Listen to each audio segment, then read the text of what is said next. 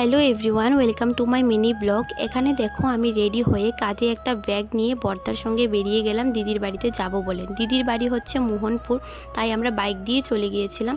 আর আমরা যে রাস্তাটা দিয়ে যাচ্ছিলাম না, তার দুদিকে ছিল গাছপালা, ভীষণ সুন্দর একটা পরিবেশ ছিল। তো কথা বলতে বলতে দেখো আমি এখানে দিদির বাড়িতে চলেও এসেছি। আর এটা হচ্ছে দিদিদের বাড়ি। এখানে আসার কারণ হলো তাদের বাড়ির সঙ্গে আছে একটা মেলা, তো আমরা সেখানে যাব ভেবেছিলাম। তো যখন মেলায় যাব বলে রেডি হলাম, এমন সময় নেমে এলো বৃষ্টি। কি আর করা যাবে, ছাতা নিয়ে চলে গেলাম মেলাতে।